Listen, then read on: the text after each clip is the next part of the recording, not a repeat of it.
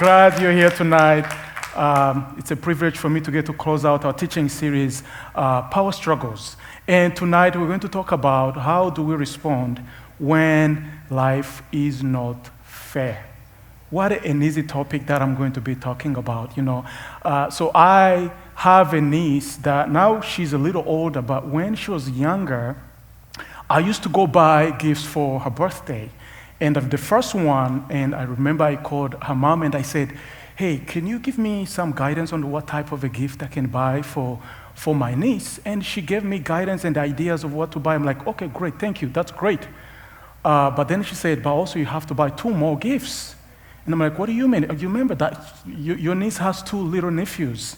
I'm like, okay, great. So which means I need to buy 3 gifts. I'm like, great, thank you. And I learned a lesson there. That when you're planning to buy gifts for families that have more than 1 kid, you gotta make sure you ask the number how many so that you are fair in sending those gifts.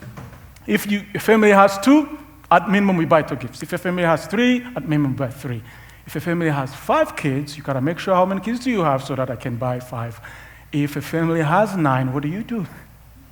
You buy 9 gifts. And you fast forward, now I become a parent. I'm a parent of 3 kids. Now I've learned this rule. It is a powerful rule. You have to make sure when you buy gifts for your kids, it is fair. If it's always when we're buying gifts for their birthdays, we always at minimum we buy 3 gifts.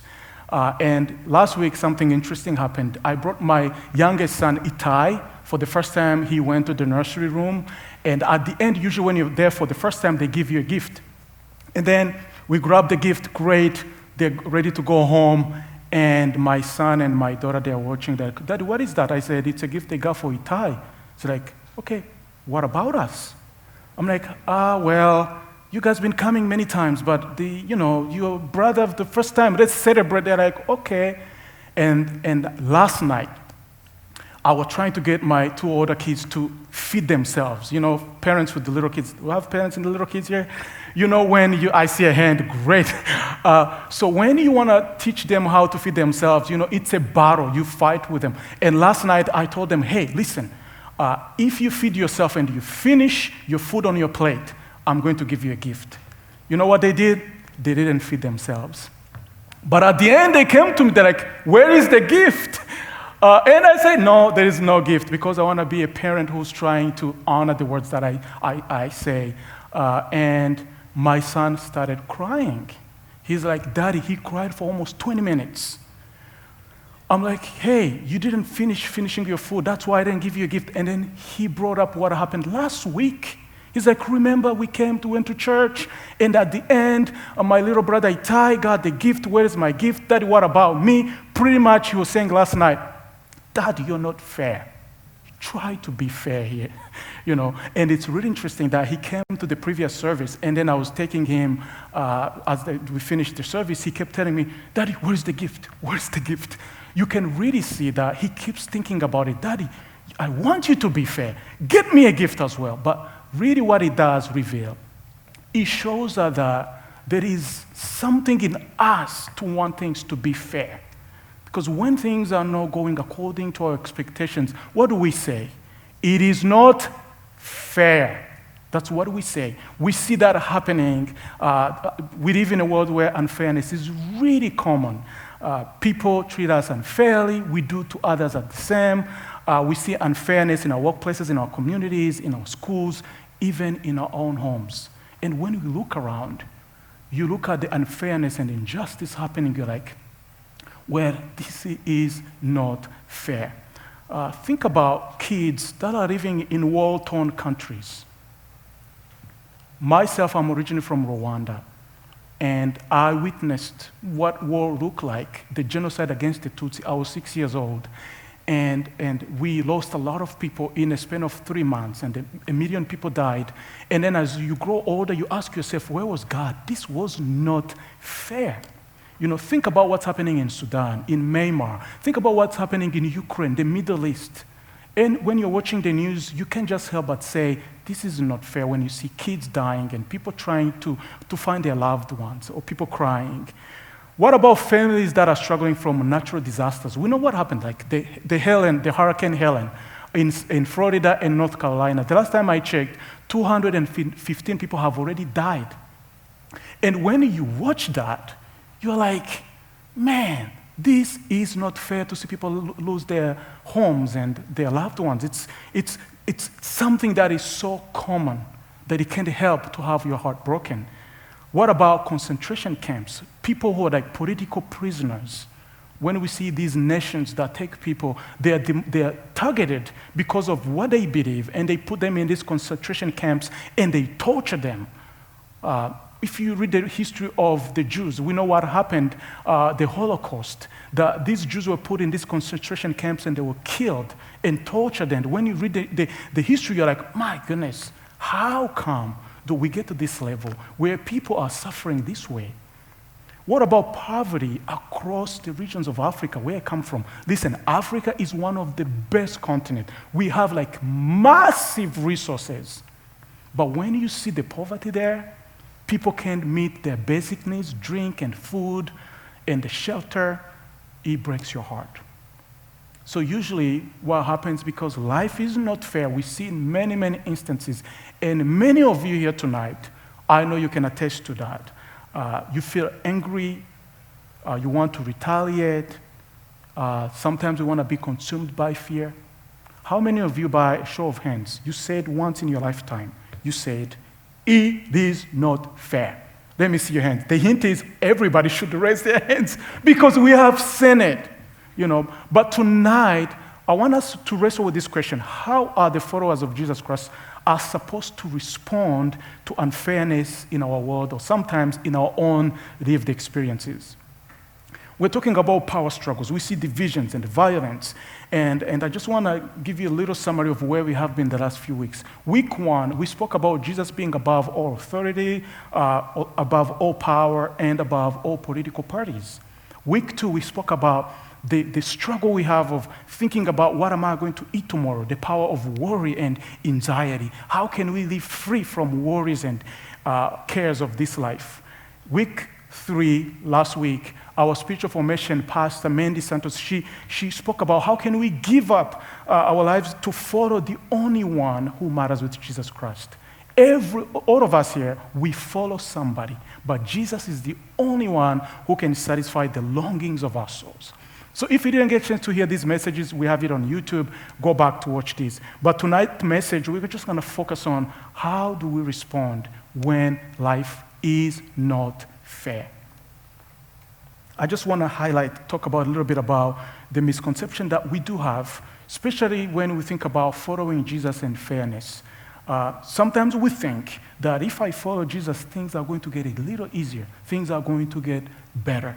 But we know from a fact that that's not the case. Many times we actually wonder, where is God? Hey, I started following Jesus, but things don't seem to be fair. And always when there is pain or there is struggle or tension, we always ask ourselves, how can God allow this? Really, like for me personally, sharing my story, living in Rwanda, the question after the genocide, looking how we lost so many people, one of the questions that people asked, because Rwanda is a Christian country, when even the genocide happened, we were Christians. The question is always, where was God? Was this even fair? But Jesus addressed this thing. But before I actually talk about that, I just want to share a little bit of a personal story that happened this week. Really broke my heart. I have a friend of mine. On Monday, she went to see a doctor and she was diagnosed with stage 4 cancer. And she sent me a text message, and I'm like, oh my gosh, she's young. She's not married. She has a desire to have kids. And on Wednesday, we had this 24/7 prayer conference. She came on Thursday morning, and I was sitting on that side, and she was sitting on this side. Nobody else was sitting here knew what was going on. And then after the first session, I went to sit next to her. I'm like, can we pray for you? And we went to the prayer room with somebody else. I could not handle myself. The other person was praying for her, but for me, you know what I was doing? I could not help. I was crying. You know why? It doesn't seem fair. She's young. She wants to have a future. And at the end of the prayer, the beautiful thing is that you could see she started smiling and she said, I'm so thankful that I'm hearing a voice of hope because everything that I've been hearing is alternatives and other things, and what can we do? You know, this is how Jesus addressed this issue. When we go through unfair treatment or things happening in our lives, we're like, wait, is this fair? Here's how Jesus put it. John 16:33, he said, I have told you these things so that in me you may have peace. In this world you will have trouble, but take heart, I have overcome the world. Jesus is letting us know about, number one, trouble, pain is inevitable. It's going to happen. But then he says, he gives us the assurance, hey, I have overcome this victory. And then he said, you can actually have peace in your heart when life doesn't look fair. That's the beautiful thing about Jesus, that he can show up when life doesn't look fair. So I actually want us to spend the next couple of minutes talking about going through the 1 Peter chapter 2. This is where we're going to spend most of our time talking about how do we respond when life doesn't seem fair. So let's just read verse 11 to 12. This is what Peter said. Dear friends, I warn you as temporary residents and foreigners. Very interesting way to say temporary residents and foreigners. To keep away from worldly desires that wage war against your very souls. Be careful to live properly among your unbelieving neighbors. Then even if they accuse you of doing wrong, they will see your honorable behavior and they will give honor to God when he judges the world. This is really, really a stunning statement from Peter, if you know who Peter was. Because if we know Peter, some of you probably know who he was. He was a disciple of Jesus. And he was a man who was full of passion, and he didn't know how to handle his anger. And one day, Jesus was coming to be arrested, and do you know what he did? He grabbed a knife and he cut somebody's ear. That's who he was. But now he's telling these people, hey, live properly even if people are accusing you wrongly. And these Christians he's writing to, they were scattered through the Roman Empire. They were being discriminated. They were facing persecution. And they were living as exiles in a hostile environment. Because when they turned to kind of what they call the new religion, Christianity, this used to be Gentiles. What they started facing economic hardships. They were socially rejected and ignored. They faced verbal abuse, the association with their families. Some instances, actually violence that could result in death. And now Peter is going to give them 3 key challenging instructions. I want you to pay attention and see what are tensions that are rising in your heart. Because these are not easy instruction things to do in our lives when especially we feel like life is not fair. Number 1, he tells them, practice submission. Well, submission is a big word here, but this is how he goes on to say. Let's continue to read the passage. He said, 13 to 14. He reads, he says, for the Lord's sake, submit to all human authority, whether the king as head of state or the officials he has appointed. For the king has sent them to punish those who do wrong and to honor those who do right. Think of Peter again here. He told Jesus, if anybody comes after you, Jesus, I will not deny you. I will come after everybody who wants to come after you. And he denied Jesus 3 times. But now, this is the guy who's telling these Christians who are facing persecution, hey, submit to all human authority, which tells you that this is something they were struggling to do, given the unfairness they were seeing around it. And Peter realized that they are not submitting to their official leaders, their civil leaders. So this Greek word here, submit, actually means hypotasso, which actually means a military connotation of arranging yourself under authority. This submission is not about just letting people come mistreat you, or just you can't complain, you can't defend yourself. It's actually strategically positioning yourself to please God, because he started by saying, for God's sake, submit to all human authority, because he's realizing that God is the one who rules all. Even these leaders, they're there for a reason, for a season. They're not going to be there forever. He's like, for God's sake, I want you to know, submit. And then we know, think about the land we live in. Live within the law of the land. We pay our taxes. We respect teachers and principals, right? And this prioritizing submission, when we would want actually to resist and rebel for our own sake, can actually be a powerful witness, truly. Because that's what Peter is trying to get them to think, that how can you become effective people in our civil life when life doesn't seem fair? He goes on actually to bring that out, like it is about the message you send. This is what he said, 15.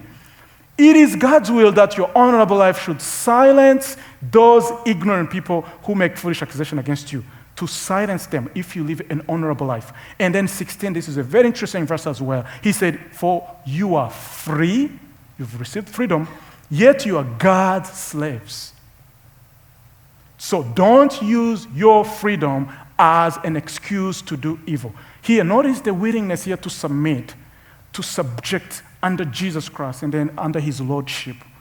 And then he goes even further to say, you are God's slaves. He's talking about slavery here. But when you look at what it means, it's devoting yourself to someone in disregard to your own interest. It sounds a little scary when you're called to submit to another person. But here, Jesus is different.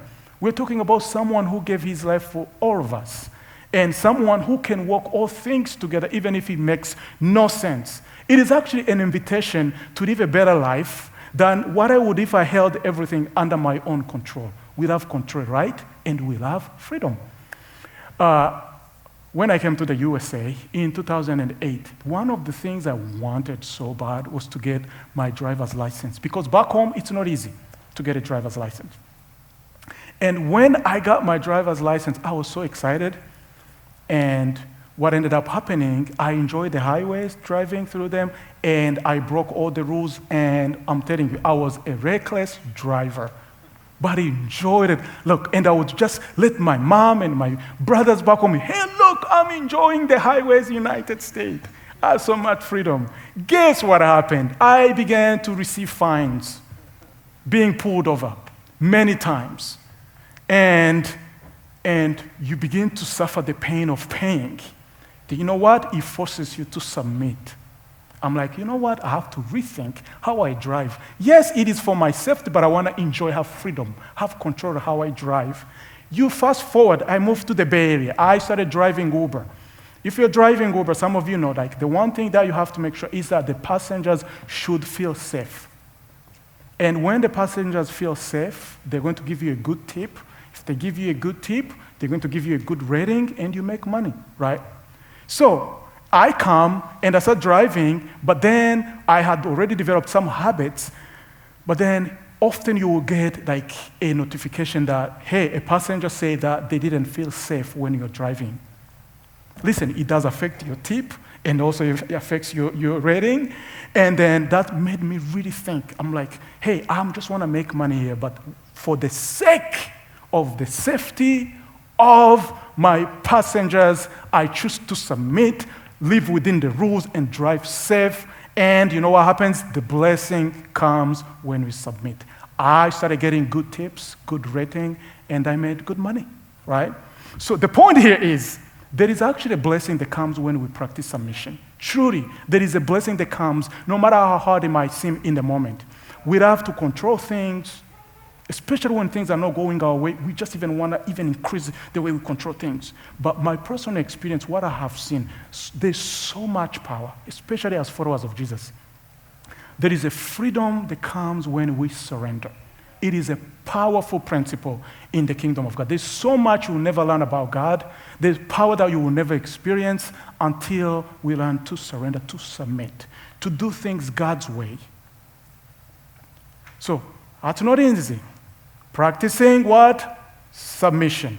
And then he goes on to tell them to cultivate, number 2, to cultivate honor. He said, respect everyone and love the family of believers. Fear God and respect the king. When you think about this command is really radical in nature because he's asking them to respect everybody, even including the king, because the context, what makes it a very radical is because this is a corrupt Roman government. It could have been easy for him to say, hey, love the church, fear God. Great. But it's very complicated when he calls them to respect and to honor the very people that are causing them harm. And you know in your life how hard it can be. When you're being mistreated, but then you sense, I need to honor this person.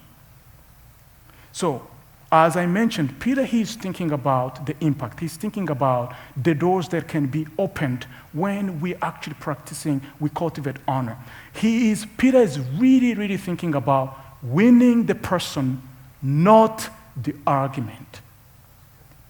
So when we cultivate honor, we are choosing to respect so that we can connect. That's the bottom. This is what he wants us to understand. As Jesus followers, the call is to become so radical to obey Jesus, but also to honor people. It is about people. It is about connecting with them, not to win the argument. I used to be a very argumentative person. Really, it's about winning the argument. I'm a sports fan, but also I love Jesus. And there's a lot of religion. I had friends who practices all kinds of religion. I have this particular friend of mine. He practices something different, and we used to argue so many times. And one night, we're talking about Jesus, talking about what they practice, and I was trying to convince him that what we practice is better than them. And he got so heated that I could see in his face that he felt so disrespected because I didn't value his point of view. And pretty much he would say, Regis, this is what I believed my whole life. Who are you to come and tell me I am wrong? After that, I saw him felt that. And he's my good friend. He's still my good friend. We are friends right now, okay? We are good friends. But I remember leaving, and in my head I'm like, was that worth it? And it's first time in my head, I realized, wait, why am I valuing to win the argument than my friend? That shifted a lot of things. It really shifted my understanding on, it is not about actually winning the argument. It is about connecting with this person. This is an amazing quote from Maya Angelou. She was a poet, a civil rights activist. This is what she said. It is a powerful quote. Let me read it. Can you see it? Let me move here. Okay. I have learned that people will forget what you said. People will forget what you did. But people will never forget how you made them feel.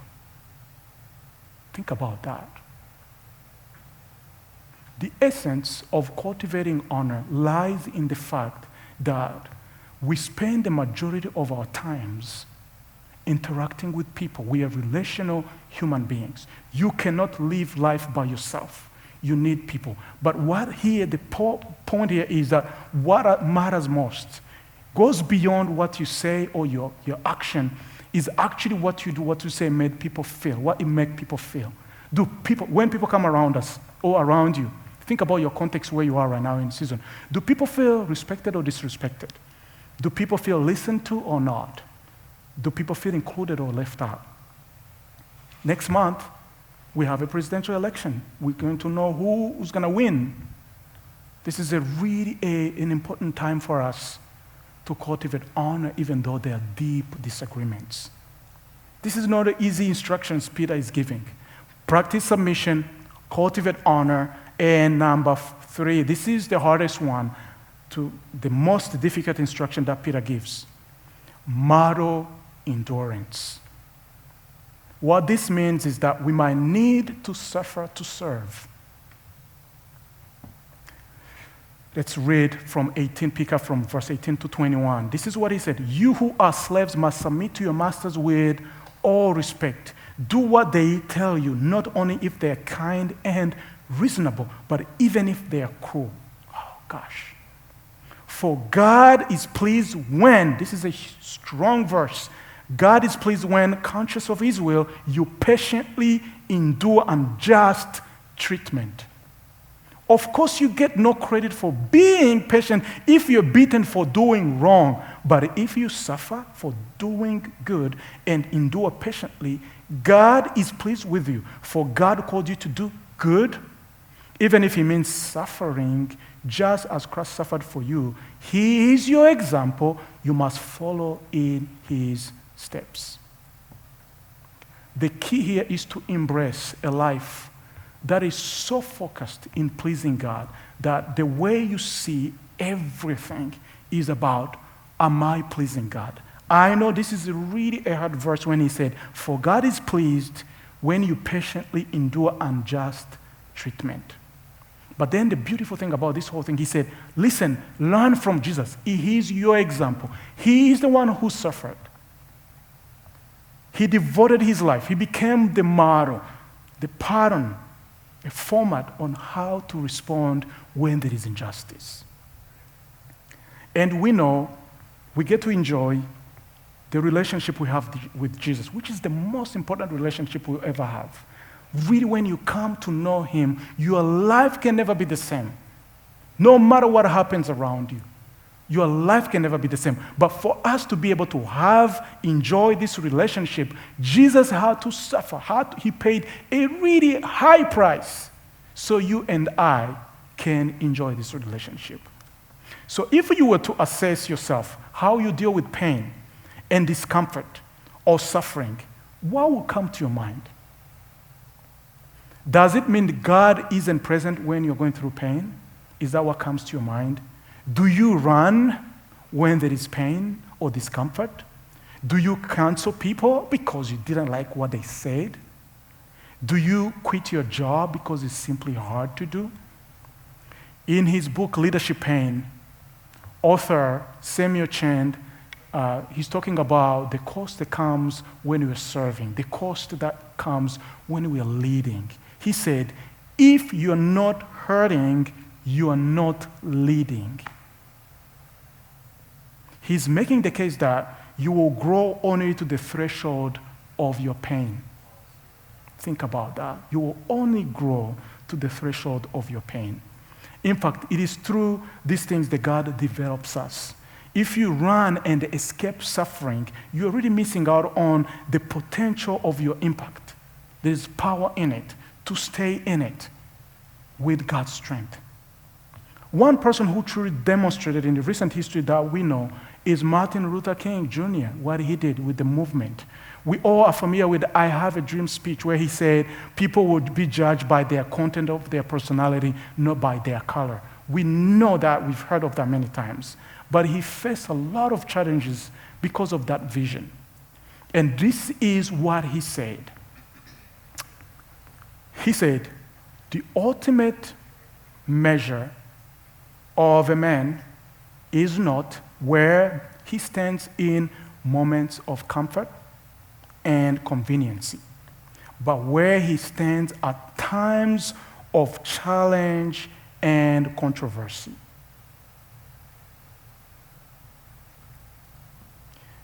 This is not just something MLK just said. He embodied it. And they started teaching people who marched with him, people who wanted to join his movement. He's like, hey, it is not about the comfort. I want you to understand this. I am calling you to model endurance and be an example that Christ was for us. And then to join his movement, he created a pledge. It's a card people had to sign that had 10 rules. He's like, okay, if you want to join the movement, you understand the vision, it's going to cost you something. You have to model endurance. But I want you to sign it to show that you've committed to doing this. And I just want to read a few of those things that he said.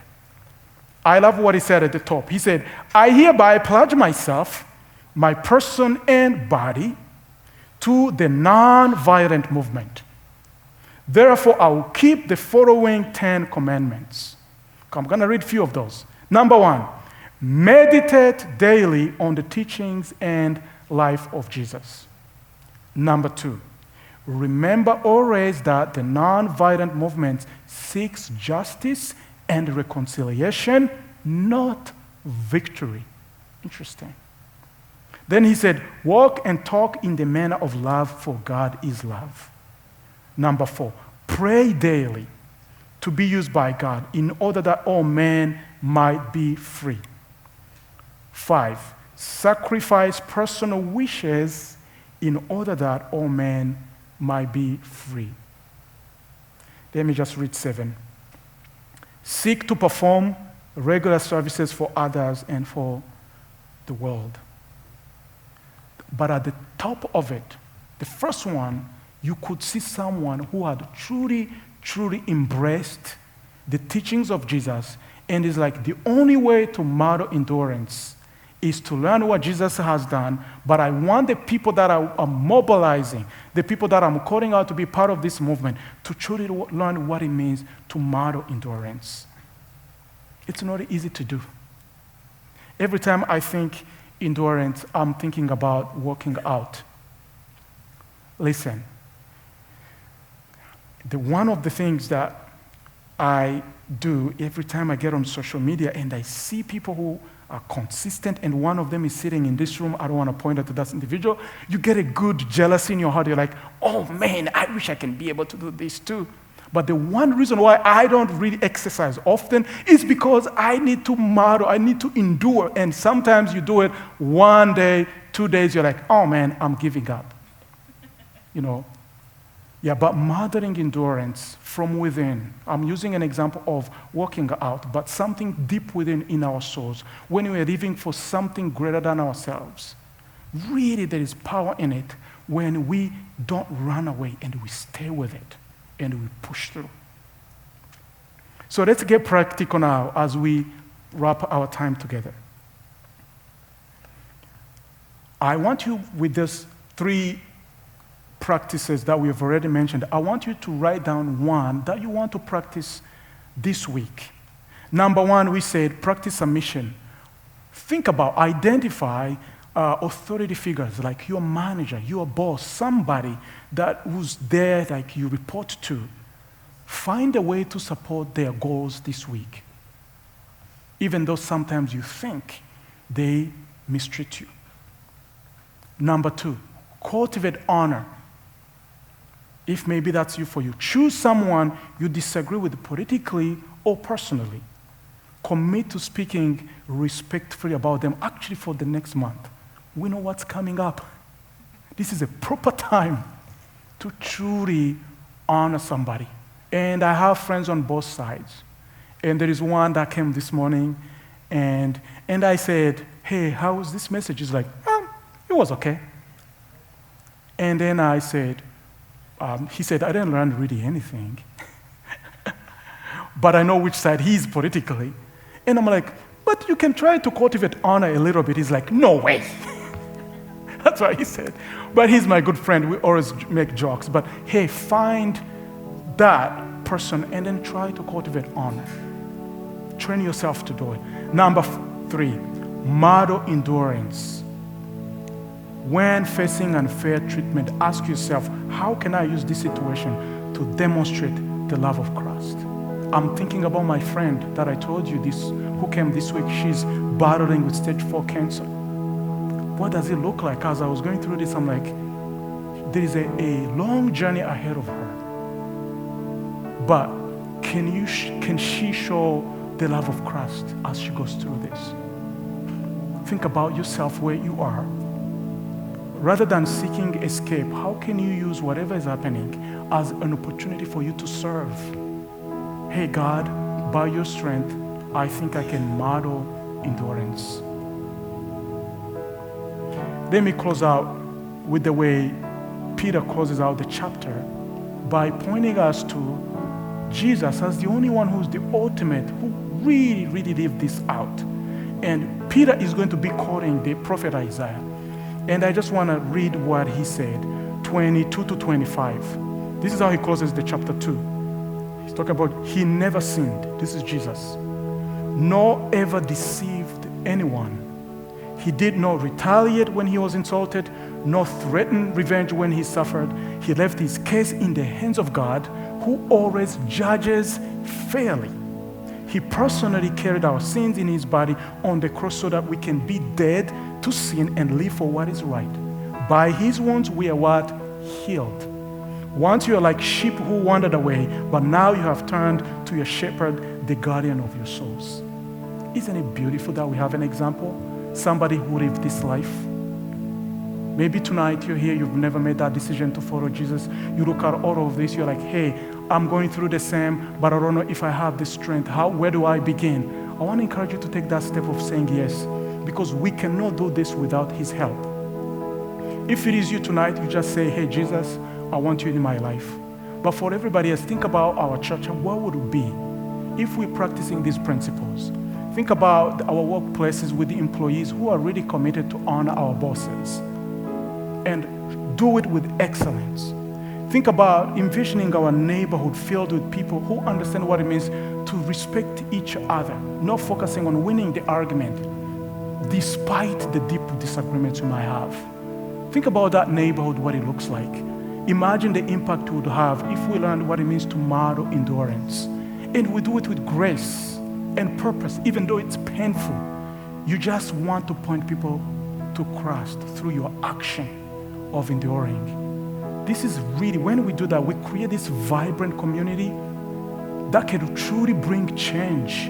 And people will want to look to us, because all of us live in a world that is not fair. People are looking for where to find solution. But we do have it in him, in Jesus, who's done it. Let's commit to doing it this week. Are you ready to do this? Yes. So let me pray.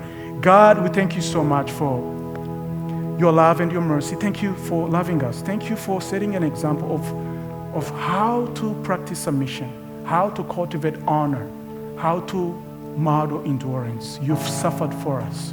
Thank you for this amazing gift of relationship we have in you, that through you we can do all things. I pray for every single individual tonight that are going through some tough times and rough seasons, that tonight you give them strength, that you teach them to submit, you give them strength to do that, to model endurance, to honor one another, to bring healing to some relationships. We thank you because you love us. We thank you for this message. In Jesus' name we pray. Everybody say, amen. God bless you.